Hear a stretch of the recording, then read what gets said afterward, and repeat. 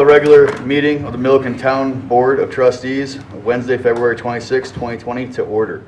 Please rise for the Pledge of Allegiance. I pledge allegiance to the flag of the United States of America and to the republic for which it stands, one nation, under God, indivisible, with liberty and justice for all.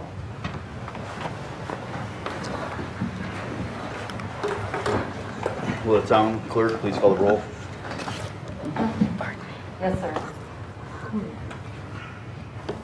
Trustee Wakeman? Here. Trustee Trailer? Here. Trustee Smith? Here. Trustee Burek? Here. Mayor Pro Tem Austin? Here. Mayor Woodcock? Here. Absent is Trustee Leron Ehrlich.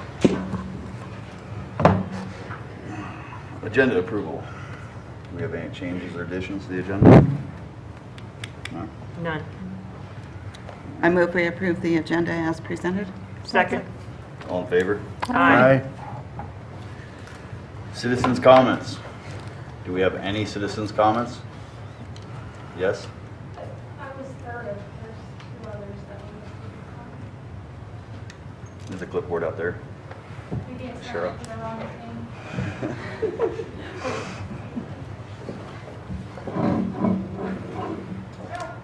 Okay, it just says board members or board meeting attendees, but I was thinking that was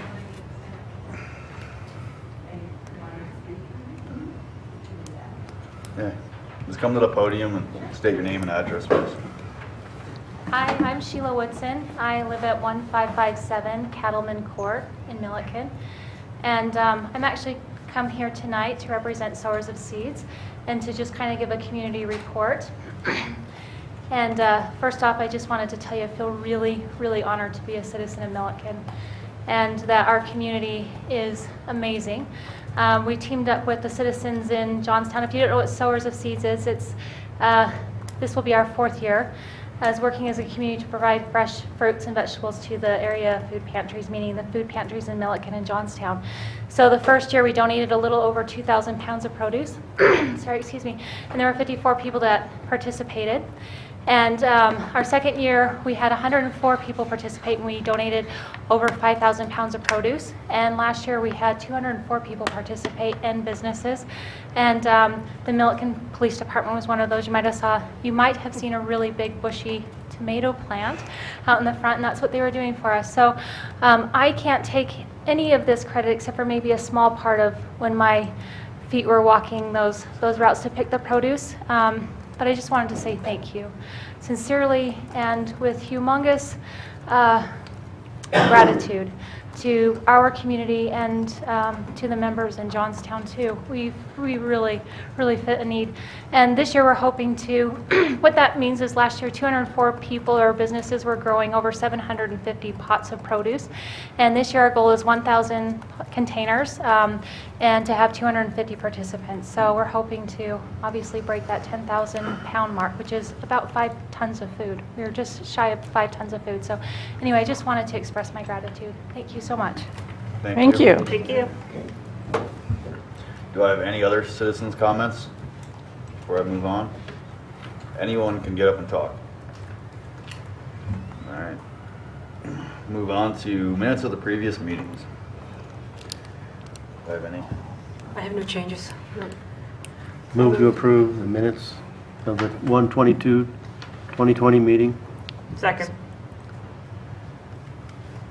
Roll call. All in favor? Aye. Acknowledgement of paid list of bills. You already had one question. Yeah, Did you get it answered? not yet. All right. Cheryl? Apparently we ran 53 background checks at $5 a piece. Who do we run those on?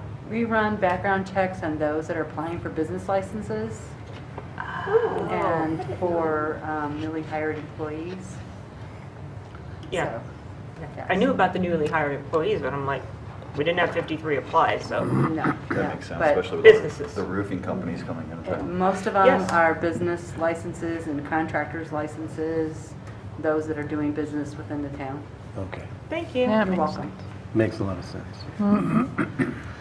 Any other questions? Nope, that's all I had. None down here. Moving on. Town Administrator's report. Yes, Mr. Mayor. We have a little bit of a holdup on getting the light on Alice and State Highway 60 activated. CDOT has requested that a radio be placed in the street light to be able to contact CDOT. It wasn't part of the original plan that was approved. WL Contractors is quite aware of the process to do that. They're asking CDOT right now for a variance so that they can make the light active. Everything on the light works just fine. There was some concern about one of the stripes, but they didn't think that they'd have to move the stripe. But basically, the gentleman with CDOT, that this was his project, Larry Haas, has been with CDOT a long time, and like a bunch of the other higher level guys have retired and moved on. So we're just trying to jump through the hoops and dot the i's and cross the t's so we can get the light operating. Yes? How long do you think it will take to get a variance? It could be as fast as just an agreement over the phone, and we can throw the switch, make the light work. Okay, we've already got questions on social yeah, media, as Gene- usual. Gene Murin with WL Contractors is one of two people authorized to do streetlights for CDOT. They do all of them. He's a little miffed that this has taken so long, but he says he'll work at getting it resolved, and he'll get me information as soon as he gets it.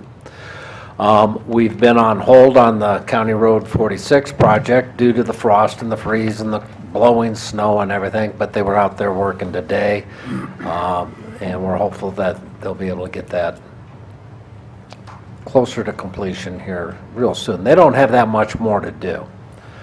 And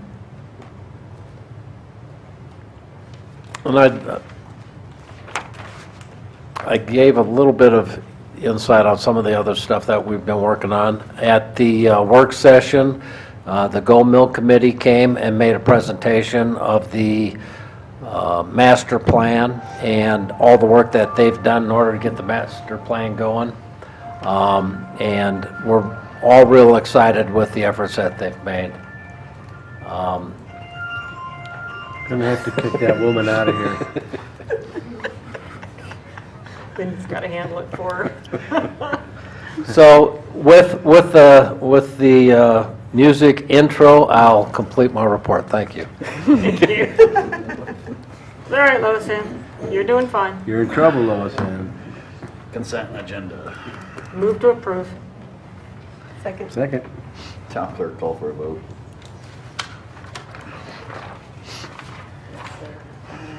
Who seconded that? I'm sorry. I did. Thank you. Trustee Burek. Yes. Trustee Wakeman. Yes. Trustee Smith. Yes. Trustee Trailer. Yes. Mayor Pro Tem Austin. Yes. Mayor Woodcock. Yes. Motion passed. Action agenda. Item A, Front Range Fire and Rescue, IGA. Yes, this IGA has been before the board in the past. The last time, I believe, was October 23rd, and there was a minor adjustment that I recommended at the last minute that caused us to delay basically putting that in front of the board. I have worked with the attorney for the fire district. We have hammered out that issue and a few others that arose in discussions with staff. So I think I can recommend the draft of this IGA to the board.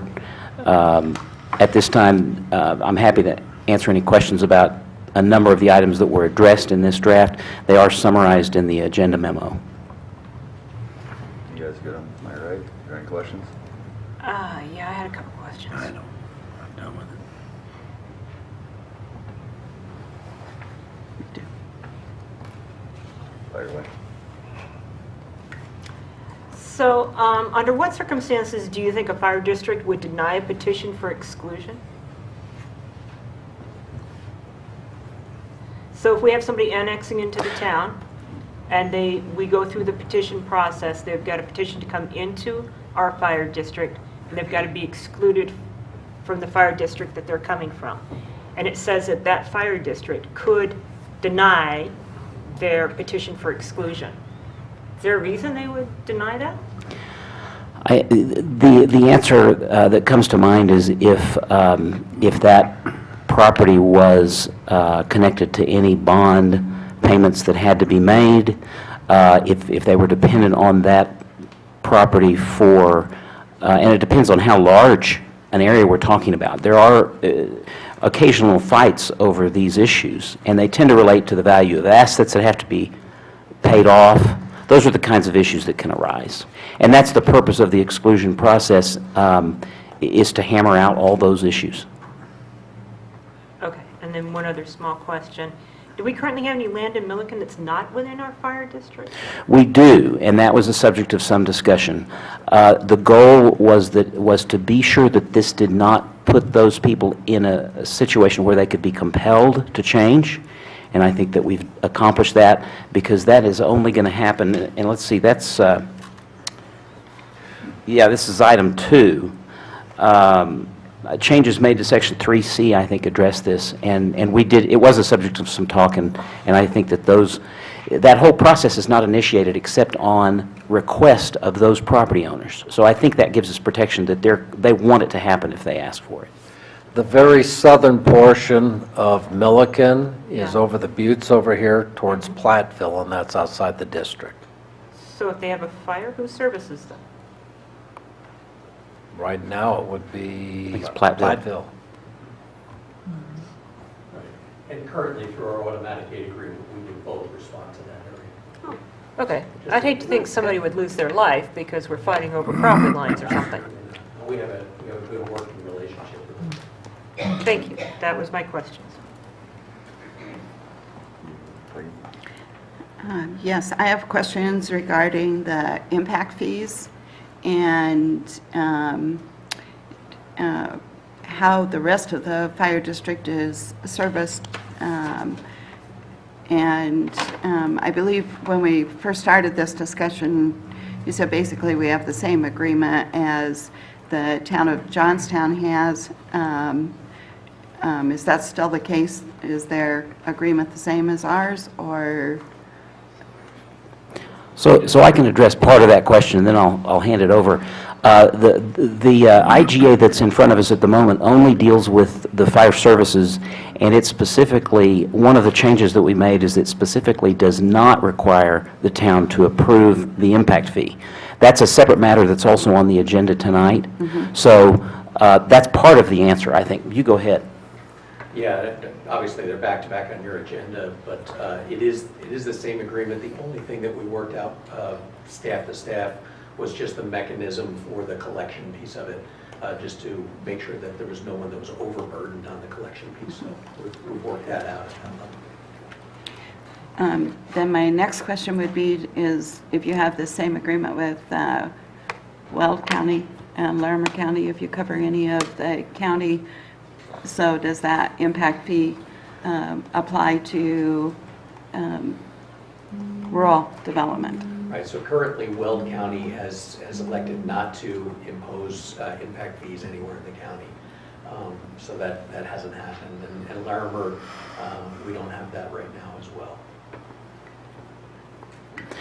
Just to back up for just a second to make sure this is completely clear, as to the fire services agreement, I actually spoke with the town attorney for Johnstown, and I also did a comparison of the two. I wouldn't say they're completely identical because we requested some revisions, but they are very substantially identical even at this point. Okay. Any more questions? Any more questions on here? You know, I guess I have a little bit of concern about the impact fees that residents of the municipal areas are required to pay that fee, but we're not.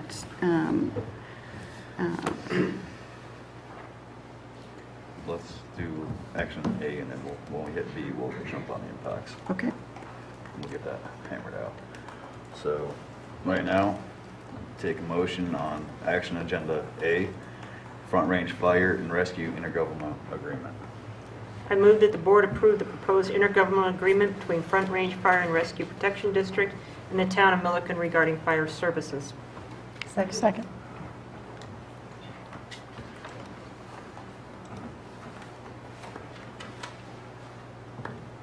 Call for a vote. Yes, sir. Trustee Smith? Yes. Trustee Burek? Yes. Trustee Trailer? Yes. Trustee Wakeman? Yes. Mayor Pro Tem Austin? Yes. Mayor Woodcock? Yes. Motion passed. Action agenda B, item B, impact fee intergovernmental agreement with Front Range Fire and Rescue. This is where you can go on to it. Emphasize more. What was I got to? Just very briefly, Chief West is probably going to want to provide some background here. There were a few revisions that we requested. I think it was in October. Those revisions are reflected here. And I think that this agreement passes my approval just from a legal standpoint, so.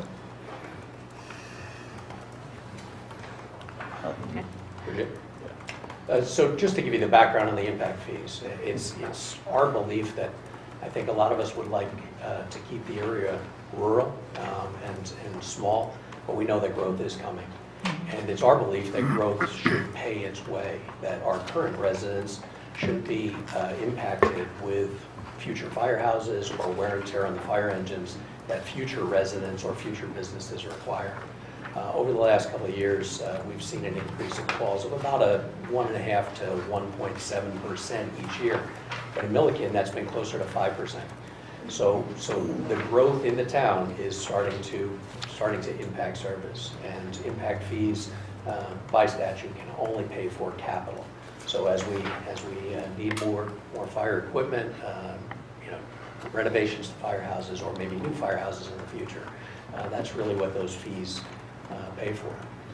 We think that if you looked at the documentation that you all have, you see that our impact fees are very much middle of the road for other fire districts in the area.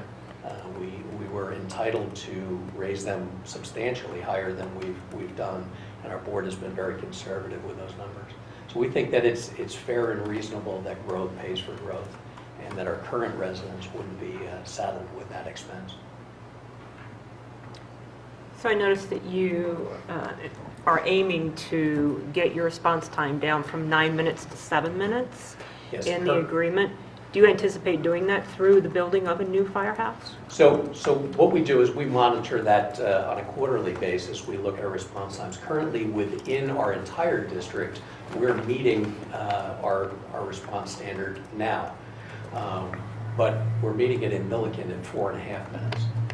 So we're exceeding that by far. Okay. Our goal would be we monitor that on a quarterly basis. If we start to see that creep up because of growth, that's when we need to look and see if there's areas within the town that are growing and are generating calls that have a longer drive time from currently Station 2. Thank you. You're welcome. One more point, just so that the board is aware. We will return, if this is approved tonight, we will return with an ordinance that implements this in a future meeting. But it does reserve that specifically.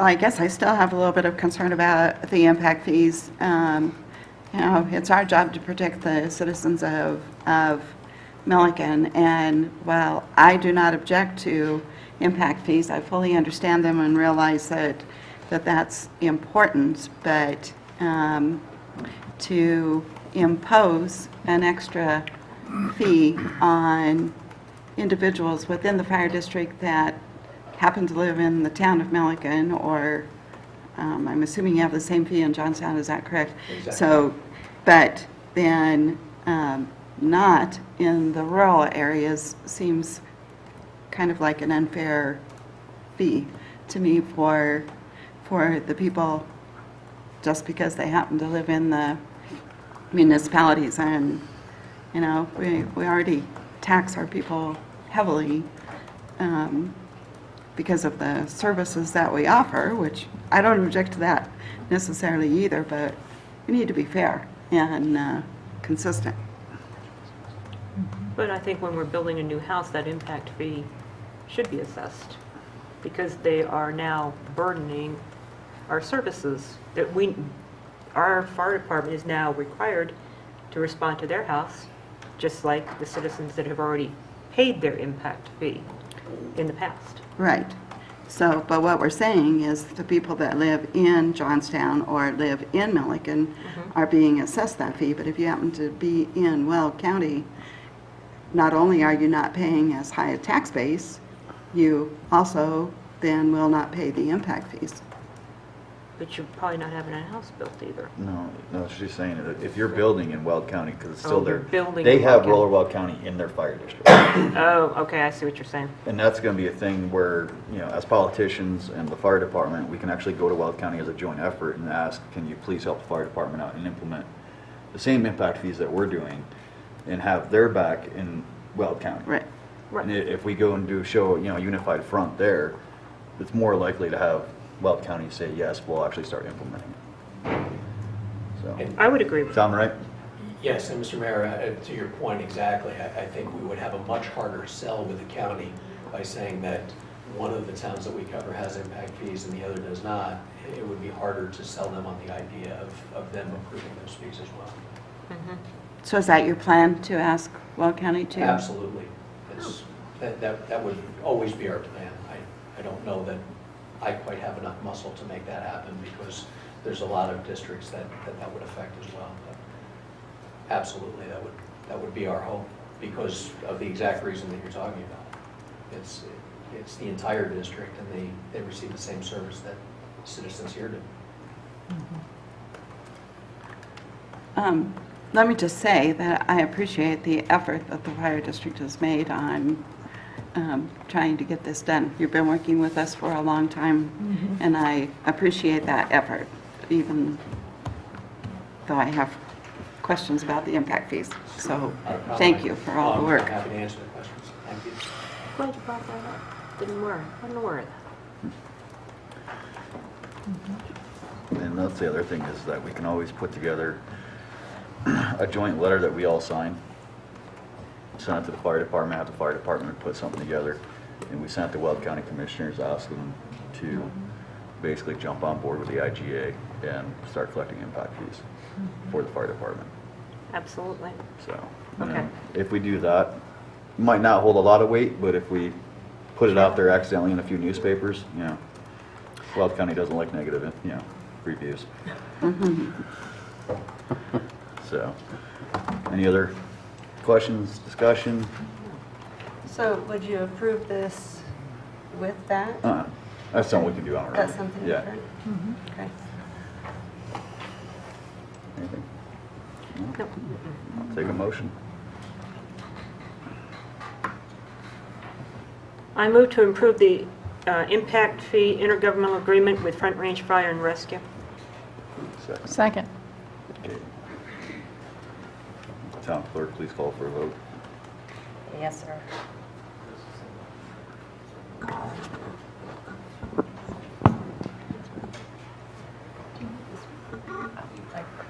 Trustee Trailer?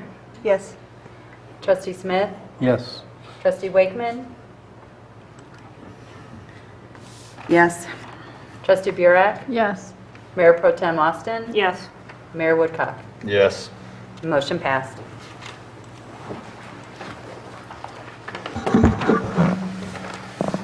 All right. Action agenda item C, consideration and approval of ordinance 780, authorizing the town board to set water and sewer usage charges by resolution.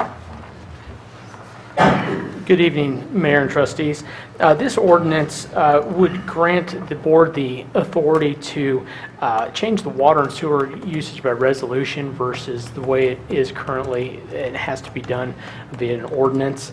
We're proposing this ordinance as an emergency ordinance. We need to curtail the loss of funding caused by insufficient water and sewer charges. And so because of that, we have asked for this to be an emergency, and this will go into effect immediately. Of course, staff does recommend approval of this ordinance, and I'd be happy to answer any questions.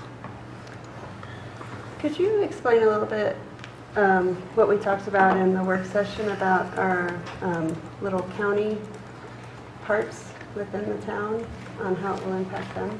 So this rate increase will affect both in-town water and sewer customers, as well as the small enclaves inside the town that are not actually part of the town. They get charged a different rate than our in-town users, but their rates are also going up by the same percentage. So it will affect all rate users, commercial and residential. Now, are we bleeding out because of the agreements we have with other water districts? That is some of the cost of operations that we're trying to recover. The treatment that we receive from other districts is part of the cost that we're trying to recover. Yes, sir. We took a big increase from the city of Greeley. Well, it's because the city really likes to bend everyone over. I'll say it. It's true. I mean, you look at what they're doing, the way that they do their formula is borderline illegal. All right. Well, I guess we don't have a choice, so. Any other questions? Anyone from you? Got a lot of discussion on it. All right, well, kick me in motion. I move to improve ordinance number 780, authorizing the town board to set water and sewer rates, usage charges by resolution. Second. Excuse me, and you would need to indicate in declaring an emergency. And declare an emergency. It's amended motion. Thank you. Second. Thank you. Town clerk, call for a vote, please. Yes, sir. Trustee Wakeman? Yes. Trustee Trailer? Yes. Trustee Smith? Yes. Trustee Burek? Yes. Mayor Pro Tem Austin? Yes. Mayor Woodcock? Yes. The motion passed. Action agenda item D, public hearing for consideration and approval of resolution 20-04, updating fees on the town fee schedule. Have any questions on that? Mayor, would you like to open the public Oh, hearing? this is public meeting, yeah. Hey, how about that? Been a while. It's 7 o'clock and I open the public hearing Thank you. for resolution 20-4. Do I have any questions from the public or any statements from the public on this public hearing? Would you want to explain it? Yeah, just for a little background on this, this resolution will update the town fee schedule that includes all of the fees that the town charges, including, as we just discussed, the water and sewer rates that we need to implement an increase on. And once again, staff would recommend approval of this resolution to help cover our current operating costs. So when would this fee schedule take effect? The fee schedule will take effect immediately, and so, as you know, customers won't actually see a change on, like their utility bills. They won't see that immediately. They'll see that probably on their April bill for March usage is where they'll see that change, because it does go into effect immediately. So that would be the billing at the end of March? Yes, yes, ma'am. Payable in? Payable in April, April. yes. Any other questions? Anything from the public? if you would, go up to the podium. State your name and your address. I have a question, not that it's that important, but we excuse live me. in one of those enclaves. We need your name and address, please. Fred Martin, 3540 Mill Iron Court. And we don't have any sewer, but yet we get charged for sewer, or at least that's what it says on our billing. So I'm curious as to how that works. That is, Are you on a septic tank? Yes. Oh, that's, Wade, do you have that information at all? I don't have an answer to that, but I'll get your information. Okay. Because it doesn't make any sense. It doesn't make sense. No. Because you're not. I didn't realize there were septic.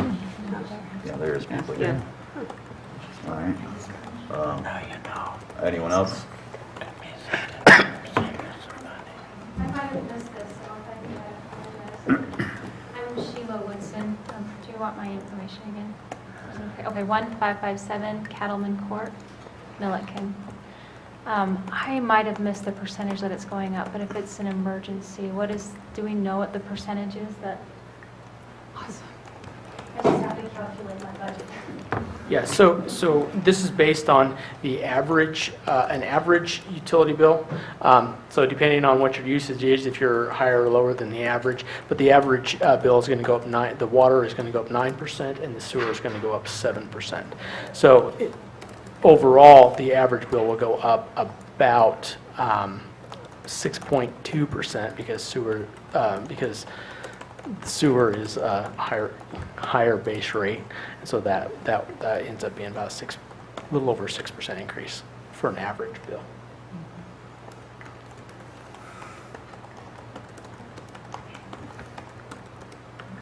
Any other questions? So Wade, could you state what that would be in, like on the base fee? I don't have cents. dollars, no. Sorry. I have the rate chart in front of me, but I don't have it by dollar. Okay. And that doesn't include, so there's numerous things on the utility bill. So you've got your water, you've got sewer, most people have trash as well as storm water. So when you add all of that together, it's very difficult to know the dollar that's going to affect an individual bill, because those are variables, all of those are variables based on usage as well as the size of the trash can, whether or not you have a recycle bin and all of that. But those rates are not Those rates affected? are not changing. No, ma'am. just They're the still on water utility bill, yes. and the sewer. So if your water bill is $30, you're going to see about a $3, not quite. Less than $3 increase. Right, yes. Do I have any more questions from the public?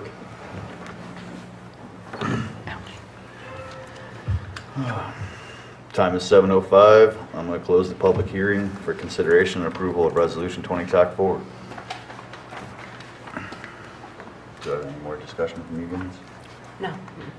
I think it's important to look into his claim. You do? Yes. That's very surprising. Well, I definitely agree with that, so. All right, So well, thank you for bringing it up. I'll take a motion.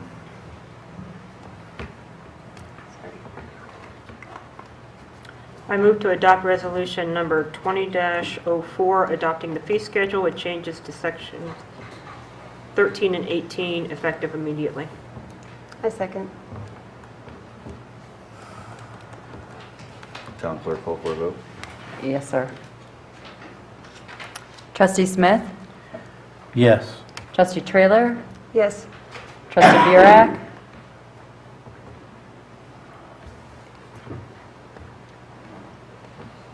No.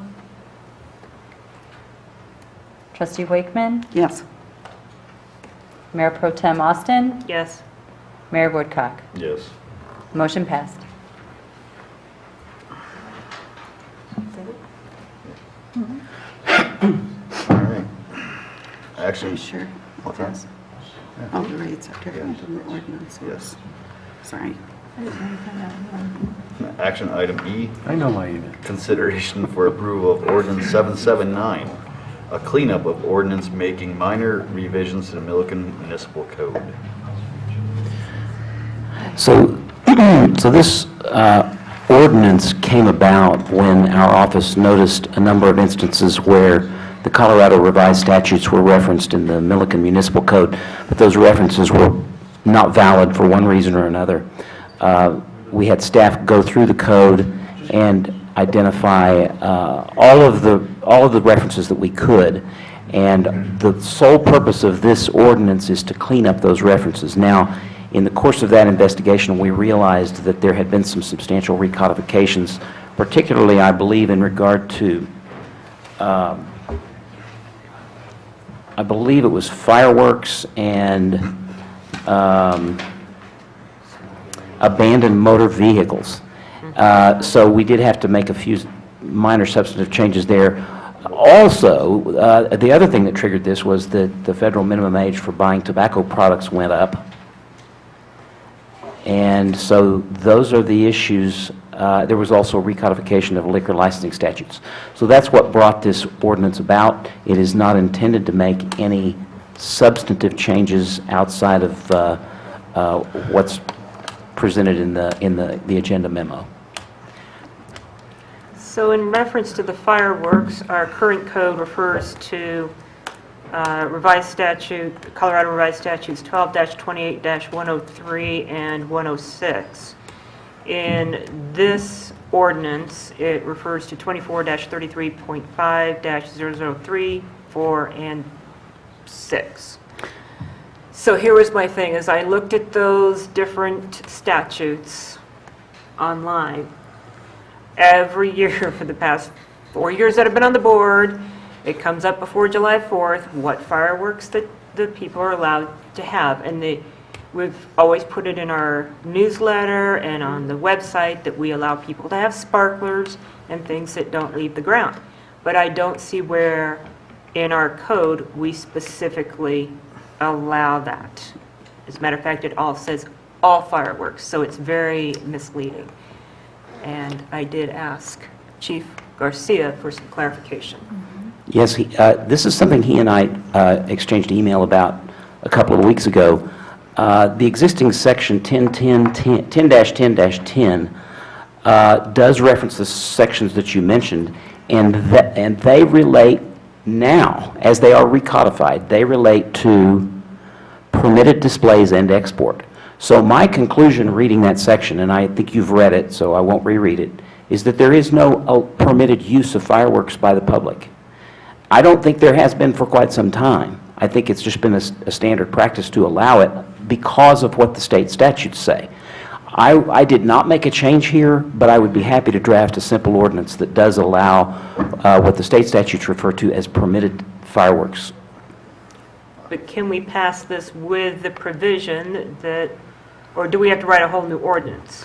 I think it could be a new, fairly short ordinance. I don't know that that should impede this ordinance because I don't think anything really changes, in my opinion. However, if we want to put it all in one and table this to the next meeting, I'm happy to do I that. would put them in one because then you have one ordinance saying one thing. Well, yeah, good point. It's just that Needs to be done. asking about it for 4 years, it's kind of taken a while. Can we just make, if we approve this ordinance, can we just make an amendment and say, we allow sparklers and fireworks that don't leave the ground? Well, go to the state approved, like you were saying, the state already has a list, so. What was in your code? I'm sorry, Chief Garcia.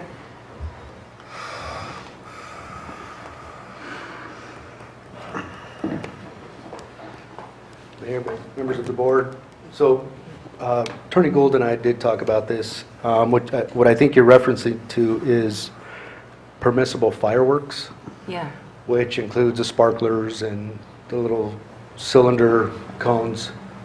So there's a lot of toy fireworks that, a lot of families buy that they want to light up in front of the yard, so that is under the state statute currently as permissible fireworks,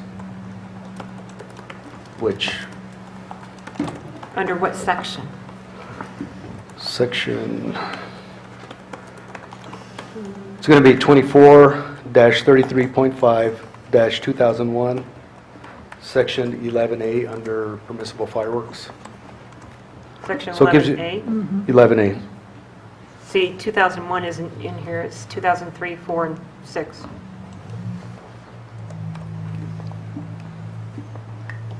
Can we add that by, Yes.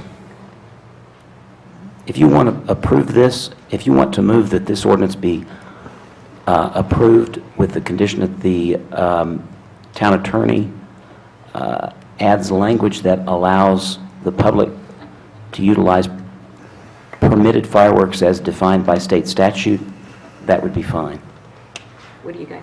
what do you- The alternative would simply be to follow up with another ordinance I at the next meeting. think I could do, Approve it.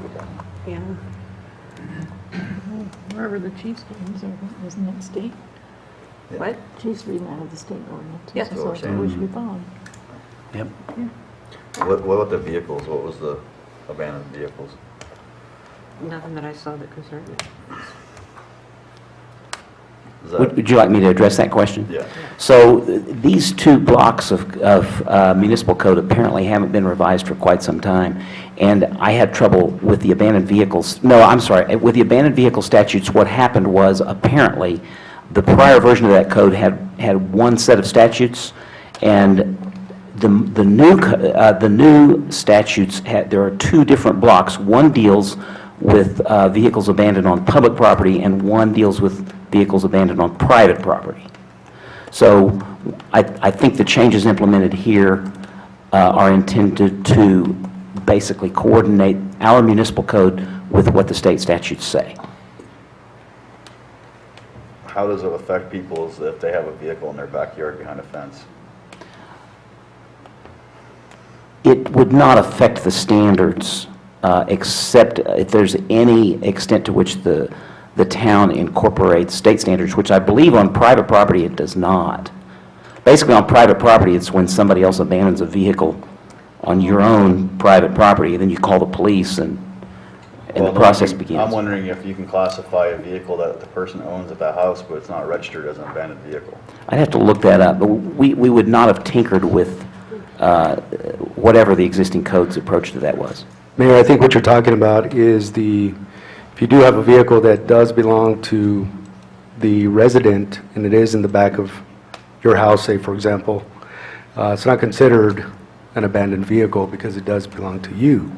However, it could be considered as an inoperable vehicle, which is currently under the code. So personal property rights go out the window? Just saying. That's- No, and That's no, my I take see what on you're that. saying, and it's, And that's what, you're that's talking where about privacy. Yeah, I mean, if privacy I have a issues, truck but- parked in my driveway that I'm not driving, and, the tags are expired on it, and I don't want to drive it because I got 3 other ones. Get rid of it. Under our current code, Mayor, What's that? under our current code, that's considered an inoperable vehicle because it's not drivable. You can't drive it with the expired plates. So under the current code, it is inoperable. So What Peggy said. that's what I was just asking. I mean, I think that's kind of an invasion of personal property rights. No, I think a lot depends, though. I mean, is it leaking oil? Is it an environmental hazard? There could be a lot of things that play into that. I could see if it's a public safety issue, but if it's just sitting there in someone's driveway, I don't see it as a problem. Well, I don't think we'll drive around looking for them. I think it's by complaint. It's a complaint-based. They do in our neighborhood. Yeah. Really? Yeah, we have people that drive around and look for people that have unlicensed vehicles But is it in their citizens? driveway. Is it citizens and Yes. then they complain? And then they Yes. complain, and then And they they have to complain to follow up our on it. ACC, and then we complain to Benny. We're way off subject, it's not even part of this, so. No, a lot of what you're talking about, Mayor, is complaint-based. It is complaint. And when we do get a complaint, we do have to go out and investigate. So the majority of those calls are complaint-based. Just, excuse me, one more quick comment. We will be coming back to the board with a cleanup ordinance related specifically to marijuana, and that's because we found that there had been a recodification of the state statutes in 2018, And I honestly just discovered 1 week ago that they did it again effective January 1st of this year. So it's going to impact our code. But we didn't have time to get that in here. Okay. Okay. Property values change too when people just dump that. All right. I'm not arguing. Any other questions? I have a question on the tobacco one. Okay, so what's the vaping law? Is it also 21? Yes. It is. The vaping law is 21 currently because it is considered a tobacco product. Okay. That was my question. Yes. Any other questions? And just so the board knows, our municipal code does not at this time address vaping. That's something else that the chief and I have been discussing. About like Do we vaping wanna indoors table and this or no? smoking indoors and stuff like that? The fireworks. Yeah, well, there was legislation was just passed I think we should just have him add the... that would change vaping products to a tobacco product. Prior to this legislation, it wasn't considered that. Okay. Can you vape non-tobacco things? I'll take a motion. I move for approval and adoption of ordinance number 779, an ordinance of the town of Milliken, Colorado, making minor changes to the Milliken Municipal Code to reflect the federal change to the minimum smoking age, to reflect recodification of state statutes pertaining to fireworks, abandoned vehicles, and liquor licensing, and to update and correct other inaccurate references to Colorado statutes, amending it to include state statute for permissible fireworks, Colorado Revised Statutes 24-33.5.2001, Section 11A. I second it. Town clerk, call for a vote. Yes, sir.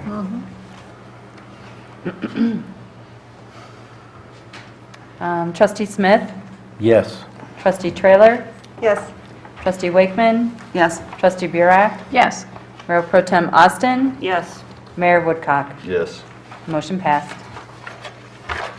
All right. Action agenda item F, consideration of approval of resolution 20 TAC 5, trustee attendance. So this is a resolution that we had discussed at the last meeting and also briefly this evening in the work session, setting minimum attendance standards for board members at basically 80% of the meetings for a year. So we made a couple of changes that the board requested, which one was to set it at 80%, one was to allow what we're calling excused absences upon approval of the board. And then this is all with the understanding this is essentially a board policy, and that any action on a lack of attendance or insufficient attendance would require separate action of the board under the applicable statutes. And I'm happy to answer any questions. I think we just need to be clear, the reason for it is that we've had a couple of instances where non-attendance has impacted our ability to get things done. And really, you know, somebody's sick, something like that, we certainly need to make provisions. But people take an oath to serve the town, and we need people to show up to be able to carry out our town business. And the only thing I don't like is I don't think it's the board's right to decide what they figure as a approved reason. Because, well, my reasoning might be entirely different than your reasoning. This year, I went into a new business, found out that, you know, things weren't going to go out the way it was, and I've been working 20 hours a day, so I haven't been making board meetings. But That might not be approved to you. But you've got 6 people making a decision, not just one person. So, to me, that's I mean, you can't, it's hard to say, well, okay, if you're sick, that's all right. But if your entire life is changing at home, that's not going to be good enough. You know, you have to show up. Because there was 4 months, there was no way I was possibly even going to show up. But the point is, if it impacts, and it nearly impacted us trying to get the budget approved, back in November, and we didn't have enough people to conduct the board meeting at the beginning of February, and we had 2 people show up for interviews. It's rather embarrassing, so we need people to show up. I would maybe do something along the lines, change it where it says that these are the meetings that you have to attend, guaranteed, budget, things like that. But I want to give them a set percentage. You never know what's going to happen in your life. You never know what's going to change. 4 years ago, I had no clue that this was going to happen to me, and it happened. So what I understand is 80% is about 5 meetings, right? And then after that, it's a case-by-case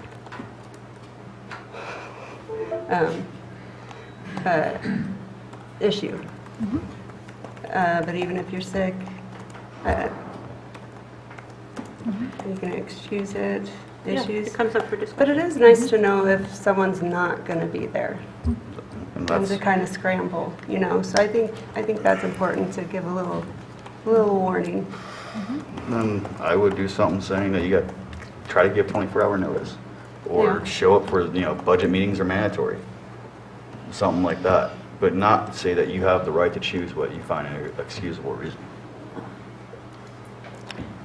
Mayor Woodcock, I don't believe anybody would disagree with where you're at on this particular issue, because we all know life changes on a regular basis sometimes for all of us, and but the work of the town has to go on, and we have to be able to accomplish the tasks that are necessary to operate the town government. And I don't disagree with that, and that's what I'm trying to say, is I don't disagree with that. But what I'm saying is that there are certain things that have to be done. Budget, we already know that.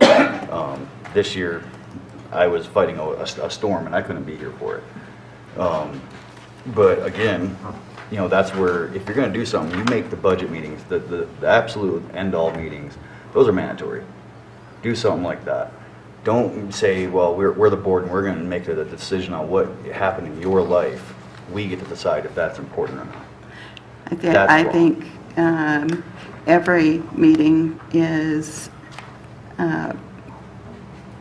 mandatory unless there are extenuating circumstances, and I think just saying I'm not able to be there due to my work schedule or due to my, I'm ill, my children are ill, whatever, all you have to do is say that, and I think pretty much it's would be an excused But by absence, but then you have 5 meetings that you can miss in addition to those, No, 5 meetings is 80% that you have to be well, here. 4 point. Yeah. It's 4.8.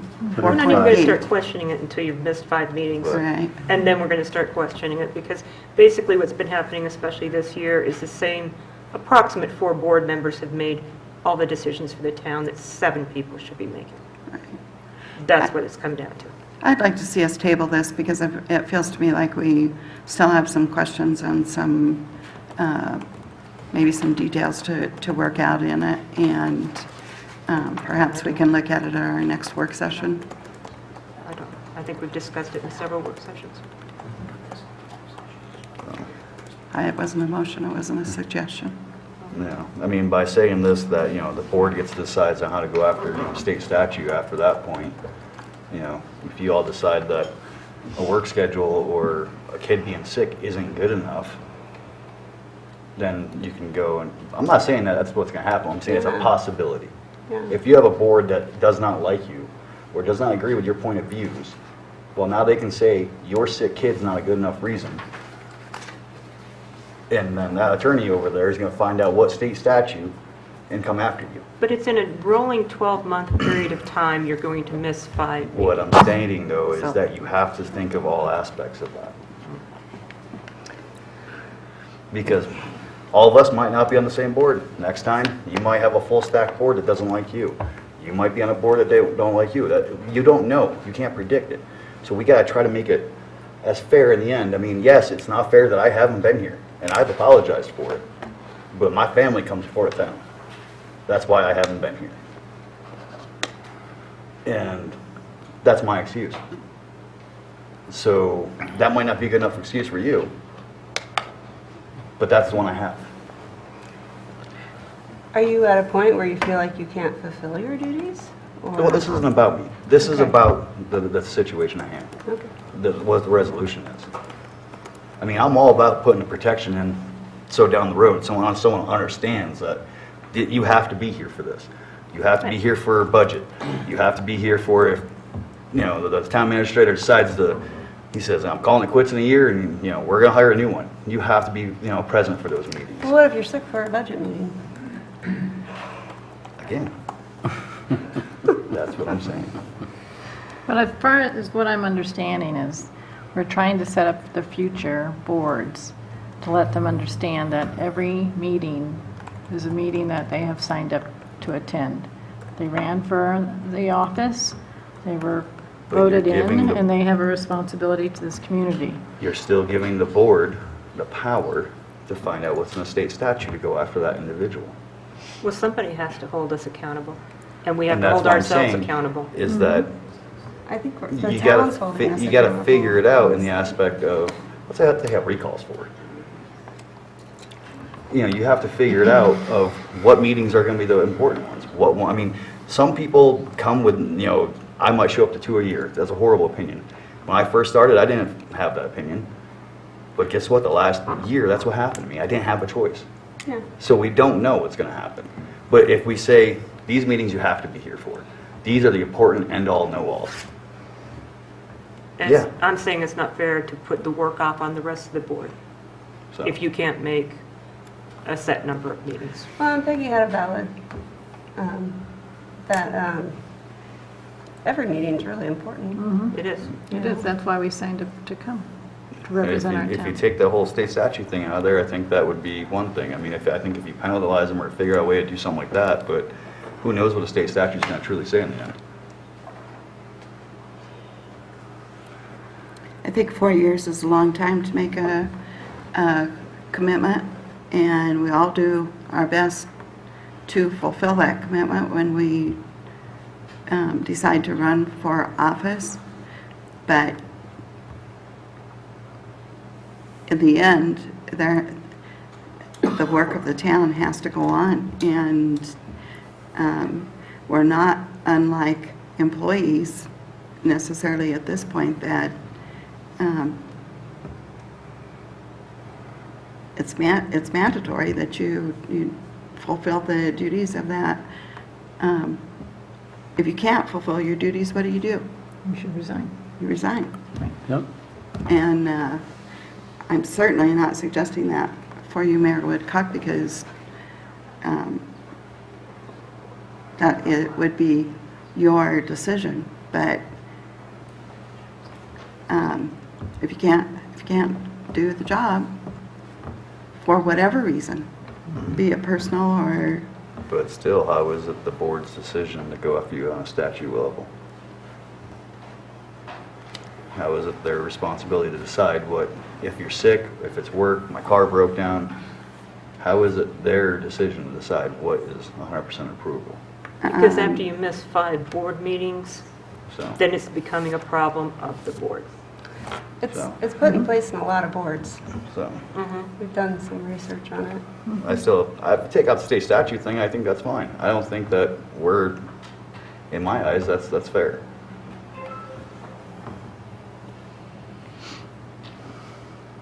That's just me. I don't think you should be looking up state statutes to go after a board member because something happened in their life or something went wrong and that you didn't agree with it.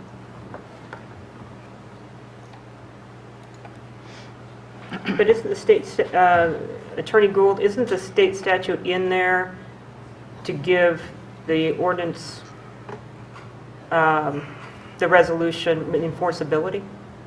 Yes. Yes, the ultimate, the point of the resolution is to establish standards for behavior. Ultimately, the only way to enforce that is removal. And the only way to remove a trustee is in accordance with the statute. So in essence, nothing happens automatically here.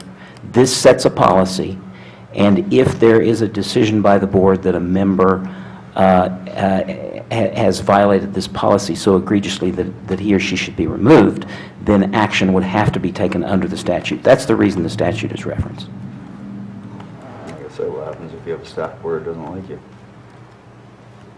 You fight it. Well, you got 6 other people on the So- board making the decision, not just one person. That's what I'm saying, a stacked board, Well. stacked keyword. So, I would like to think that we're all honorable enough to not get rid of somebody just because we don't like them. no, Yeah. politics And don't hopefully fly our- that way much. Hopefully our future boards will be as well. Right. So, it's up to you guys. I Is don't there know, I'm a vote no. suggested motion? That's just Any me. more discussion? Kick me in the motion. I move that the board adopt resolution number 20-05, a resolution of the town of Milliken setting standards for meeting attendance for the purpose of ensuring performance of the duties of a trustee of the town. Second. Town clerk, call for a vote. Yes, sir. Trustee Trailer? Yes. Trustee Smith? Yes. Trustee Wakeman? Yes. Trustee Burek? Yes. Mayor Pro Tem Austin? Yes. Mayor Woodcock? No. Motion passed. All righty. But I got used to it.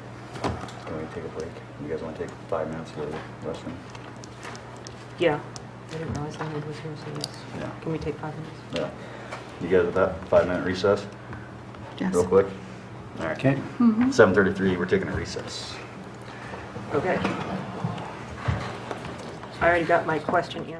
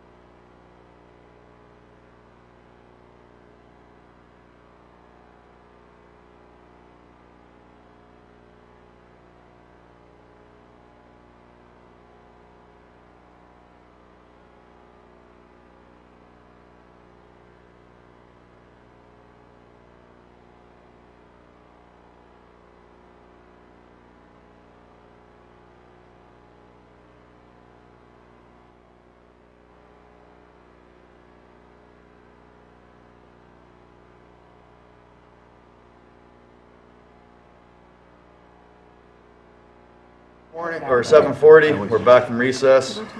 Next item is discussion agenda, there's nothing on it, so we're gonna go right to the informational agenda, which is the Hillsborough Reservoir update. Good evening, Mayor and trustees. They say that a picture is worth 1,000 words, so I'm going to do about 10,000 words tonight, which will still be your shortest item you've had tonight. Somebody doesn't like me putting me last on the agenda. We'll talk to her tomorrow about that. Wanted to give you a quick update on the Hillsborough Rehabilitation Project. It's been going on for a year and a half now.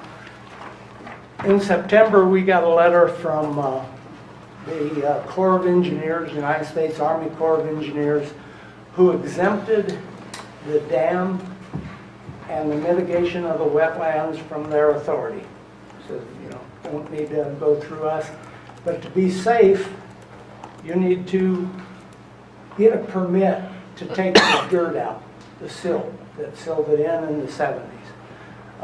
There's about 670,000 cubic yards of dirt in that reservoir. Just taking that dirt out can be replaced with 415 acre-feet of water. An acre-foot's 325,000 gallons. The average home in Milliken, for example, even though it's not potable water, is about 96,000 gallons. So it's a significant amount of water, and that's just bringing it up to grade. If you bring it up to the 5 foot to the crest of a new dam, you're looking at about 900 acre-feet of water storage. What's the use for that dirt that they pull out of the bottom there? Any? It's be good for topsoil. The motocross track next to us has a need for some of it. They've asked if they could have it. We just abandoned a ditch along County Road 46 east of 25 that was a waste ditch. We can fill that in. It's going to have to be filled in someday anyway when they widen that part of 46. So yeah, there's a lot of uses for it, and that's a lot of dirt. Be more economical if the haul to get rid of it is a short haul, like to the motocross track or something. So that'll all be worked out if and when we go to bid. I don't know if any of it will be suitable for beaches. Right now, the Hillsborough Reservoir, Little Thompson Reservoir, it's officially known as the Little Thompson Reservoir. It's been known in these parts for 80, 90 years as the Hillsborough Reservoir. It only has a little bit of water in it during the summertime, during the irrigation season, to get enough head on that head gate to push the water down the ditch all the way to the end user. And in the condition that that dam is in, this river commissioner will only allow the water to be in there for 72 hours. So we can't store water over the winter and have carryover water in the spring. If we rebuild the dam to state standards with spillway, tow drains, key it into bedrock, we can use it like it used to be used in the early 1900s. Store carryover water, get some free river, some junior decrees that they haven't been using, and come to find out, the operations of the Hillsborough has been missing a lot of the runoff.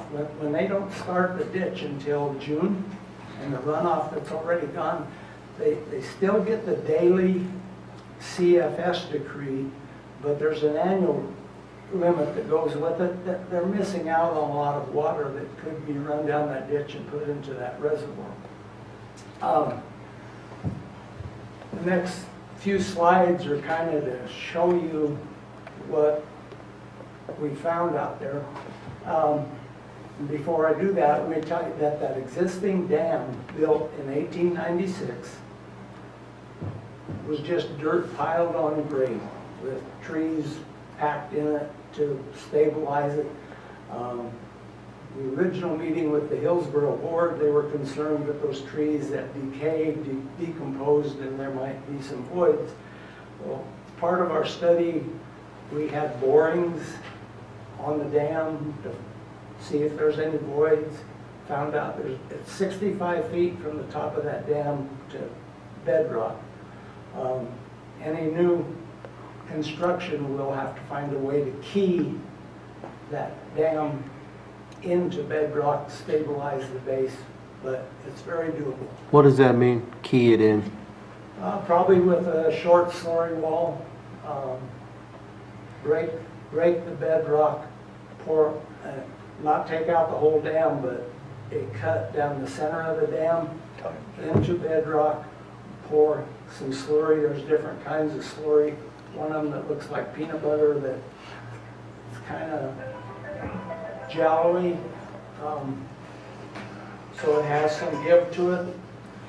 And there's others that are stiffer, like concrete or bentonite. So, you know, Okay. all of that needs to be determined yet, but it will be keyed down into bedrock. This is kind of standing up at the entrance to the Hillsborough, looking out what it's like now. More weeds than water, as you can see. Nice picture of some thistle. But the blue line is a hypothetical high water mark. If we cleaned it out, that will all be the lake. That's looking from the south to the east. More weeds than water again. And we would like to get it full of water year round. A couple weeks ago when the meeting got canceled, I spent a morning over at the Johnstown Breeze looking through their archives, tried to find a picture of what it was in the 50s or 60s. Maybe you might probably remember it, I do. I couldn't find one, so you have to use your imagination on this. I saved a spot to put that picture in, and I couldn't find one.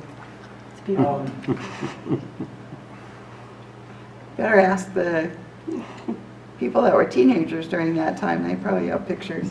Yeah. Well, I asked Lois Ann, she thought she remembered one in the Breeze, and so I went and looked through the 50s and 60s. I couldn't find it. They don't have a good system for me to find something easy. But anyway, these overhead pictures would kind of give you an idea of what it could look like. It'd be about 53 surface acres, and with the snowfall this year, erasing records faster than Martha Stewart's stockbroker, it would be a good year to have that reservoir built because of the snow melt. Yes. So, yeah, I agree. This year was great for snow, especially around my house. I'm just wondering, is there free river every year? Yes. And different varying amounts? Yeah, there's been 2 years in the last 20 when there hasn't been some free river on either the Little Thompson or the Big Thompson. Right now, because they don't run the ditch till June, you know, most of your free river is from now till middle of May. During run. So you could, couple benefits, you get that water for nothing, and it also soaks up the ditch. When they run the ditch now in June, it's hot, the dirt is baked and dry. A lot more of it soaks in, so a lot of the original decreed water is going to shrink, soaking up the ditch. If ran it earlier in the year with Free River, you could soak up that ditch bank and the ground under the ditch with free water. Anyway, we went and met with the Corps of Engineers on January 15th, and then they came out on site on January 28th, and they now have agreed that the whole project is non-jurisdictional. So we don't have to go through their permit process, which they claimed was 120 days, which isn't a big deal. Been a little bit of a cost to do the permit with the consultants and addressing the concerns. But their 120 days has turned into 22 years for Greeley and Fort Collins on the Milton Seaman Reservoir and Halligan Reservoir up north of Fort Collins. So, you know, if you get some environmental agencies challenging the permit, it could drag on and on. Well, anyway, by April 1st, we should have it in writing that it is non-jurisdictional and be able to proceed. We thought that was the big stumbling block, but now the Hillsborough Board is pushing back a little bit. Mainly, you know, thinking about it, I think they're afraid of change because there's going to be, the water is going to be different types of water, free river water, carryover water, junior decree water, the original senior decree water, and it's going to be more accounting to the state than there is now. The ditch rider's going to have more responsibilities than he does now. I think they're afraid of change because it would be a good thing for all of the users on the Hillsborough. The Hillsborough system is made up of this lower ditch, which is called the extension, basically from the reservoir, including the reservoir, on down to Bob Snyder's farm east of 25. The middle ditch, which is from Johnstown out west back to I-25, it makes a big loop and comes back.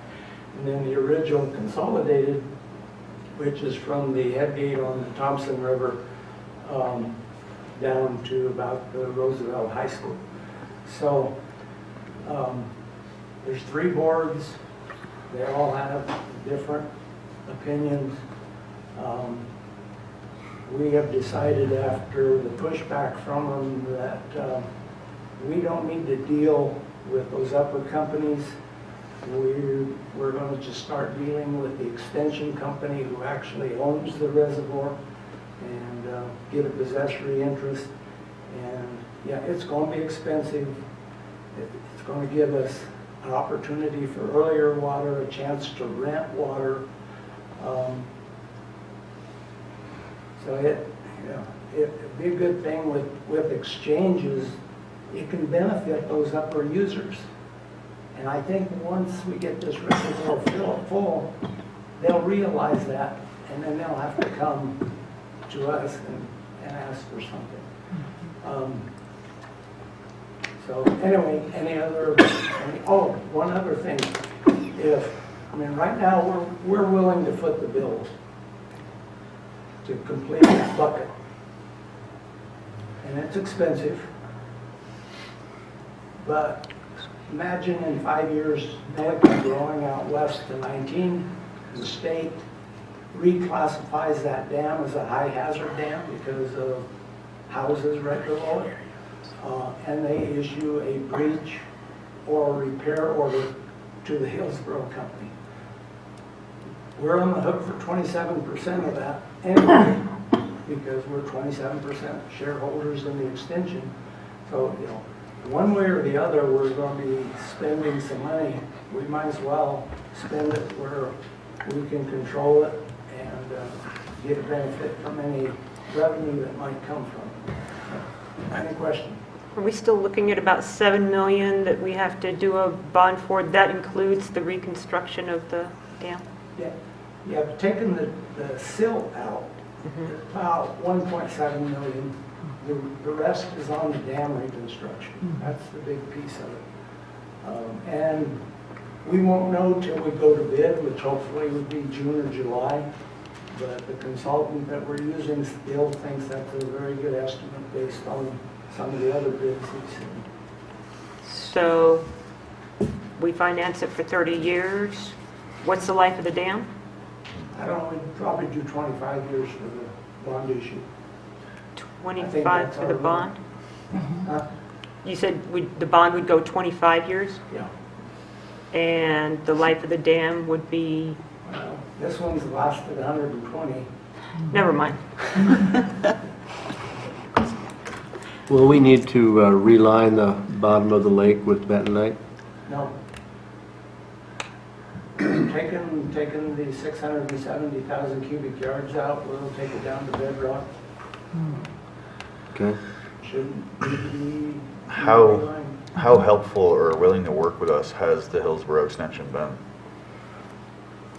Individually, everyone I talk to is in favor of the project. But as a group with the old board members and the new board members, they issued some directives to Margaret to send Tim a letter that are unreasonable, and they're saying, we'll get back to you in 2 years, basically. Yeah.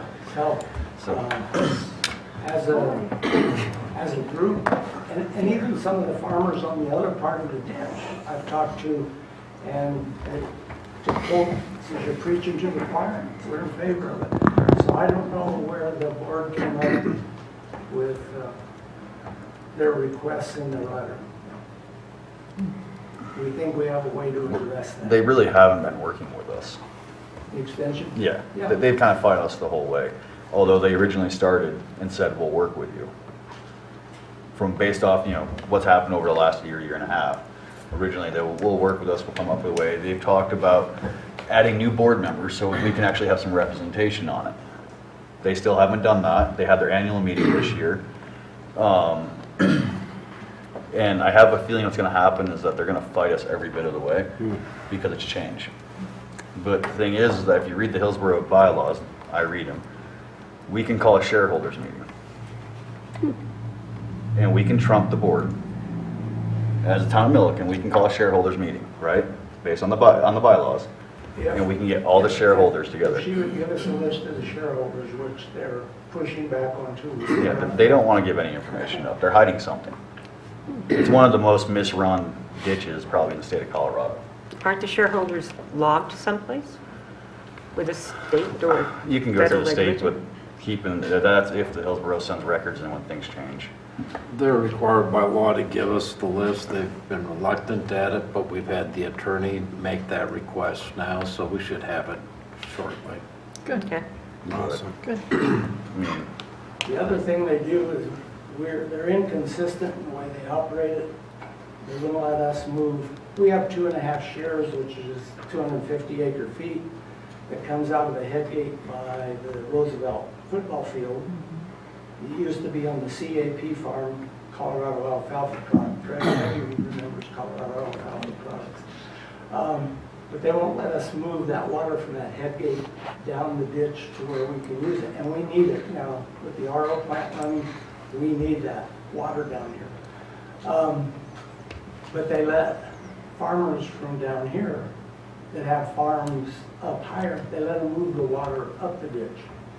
So, they're inconsistent. There's 172 shares on the extension part of the ditch, and they only assess 128 because a couple of the farmers move their water up the ditch.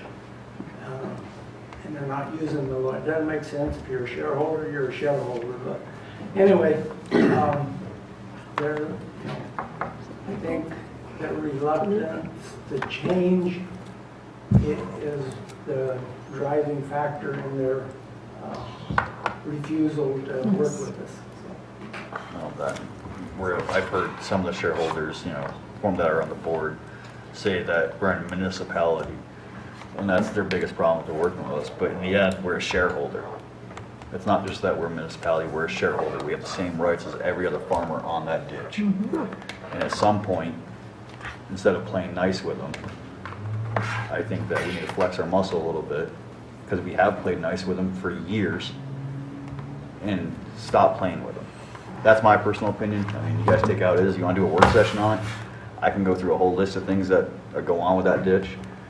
And, you know, instead of shaking their hands and using kids' gloves with them, maybe it's time we just set the attorneys off and let things get done. Yeah, I think Milliken, and I've talked to a couple of them, I think Milliken has been a better partner to the agricultural community than the ag community has been to Milliken. We rent water to a couple farmers every year. We actually got the head gate fixed 2 years ago when their head gate broke. So we're pretty good partners, but they're afraid that we want to take over the whole thing. My concern is if it does end up in a court of law and we fight on it, we're going to be beyond our window of opportunity to get it done at a reasonable amount. Like Leonard said earlier, is we can call an informational thing with the guys on the lower ditch and see where they are at and talk with them. And if they have a consensus that they're good with it, most of the people that I've talked to individually are good with it, but it's like, what's it like when you get them in a room? Some of the people in the room for the annual meeting actually did bring up positive pros for the project. And I think we're really close to getting it to work at that point. But I think the critical thing on this whole thing is we have to have control of the Hillsborough in order to borrow money on it. We can't borrow money on it and then not have control of it. And we have to also look at the cost of that. You know, it's $300,000 and some a year to operate that, and we need to look at the numbers and make sure that we can make it work effectively for what the cost of water is and what we expect the cost of water to do. The other thing from the farmer's standpoint is if we are not a partner with them and we are not a player in this and we do something other like develop more wells and put our money that way and walk away from the Hillsborough water, their water has no value to us, and the value of it might be picked up by Johnstown, but you know, the value of the water drops drastically. We can't use it to produce drinking water because it's seasonal. We can't spend money to build a water plant to produce seasonal water. It would have to be used to augment wells that are going through an RO. And right now the RO's probably more headaches than it's worth, but we all have to work together in order to make it work. They need us and we need them to work out a deal so that we have clear title to that reservoir so we can go to the bonding company. I mean, that's all 100% right. We won't disagree with anything you just said. But we have been working with them for 1.5 to 2 years. They have been promising to work with us and do things for us, and they're not doing any of it. They are backpedaling on everything they say. They change things in their meetings that were said. They don't hold up their end of the bargain at all. And that's why I'm saying I'm 100% for a shareholders meeting. That's our legal right as a shareholder to do. And we have our water attorneys go in there and stop playing. We should have done this a year ago and got representation on that board. I mean, we just put a bunch of money into the lower side down here, putting it in pipe. They don't have to take care of that and maintain any of that now. They have less time working on it. We did that because we've got to make it a safer area for our town residents driving on the road. We didn't ask them for that. You know, we asked permission, they said, okay. We're improving their ditch, helping them out, and they're not returning the favor. You know, at what point do you say we can't keep being nice here? Kids' gloves only work so long.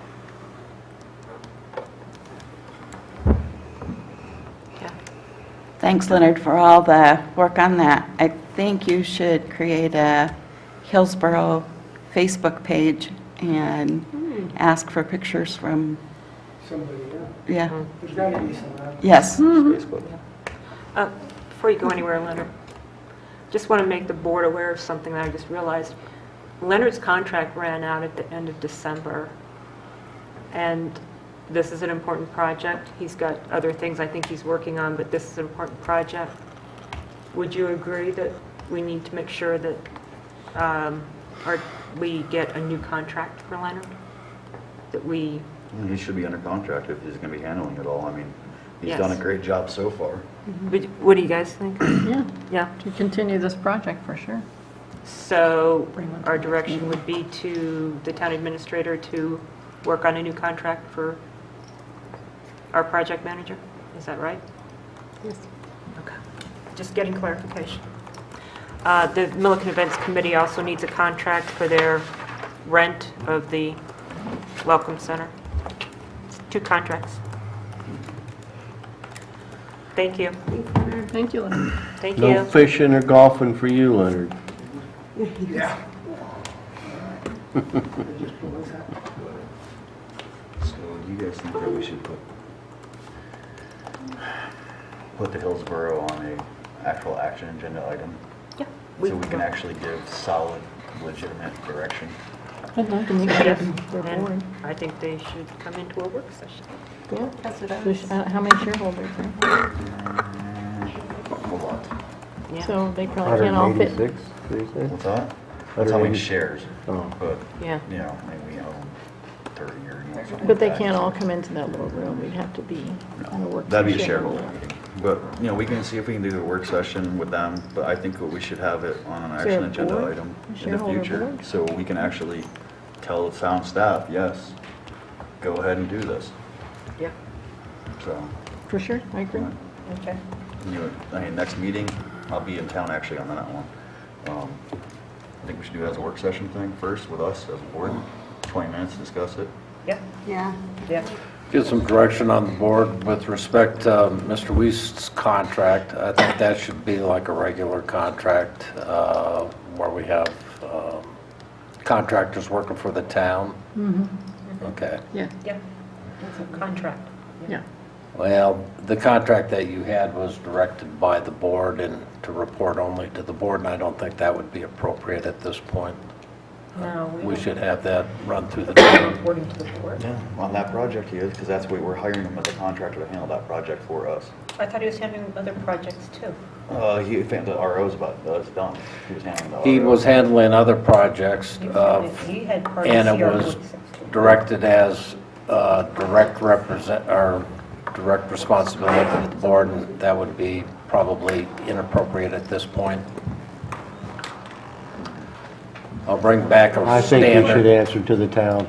Yeah, I'll bring back a standard Thank you. contract process to you. Can we This also- was unusual, the way this one was written up, but I understand the board's desires on that.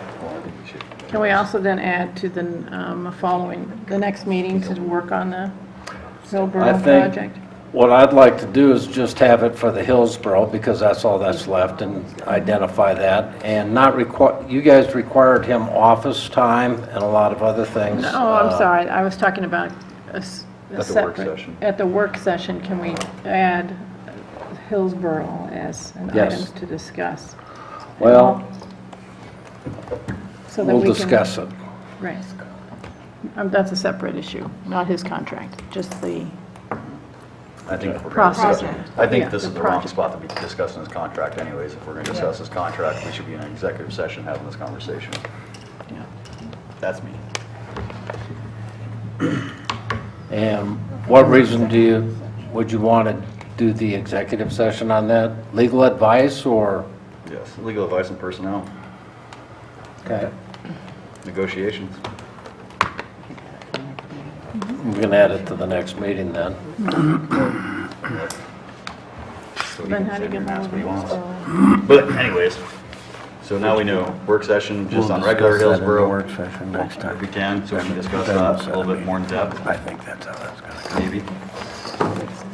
And then do an executive session at the next meeting, bring Leonard in.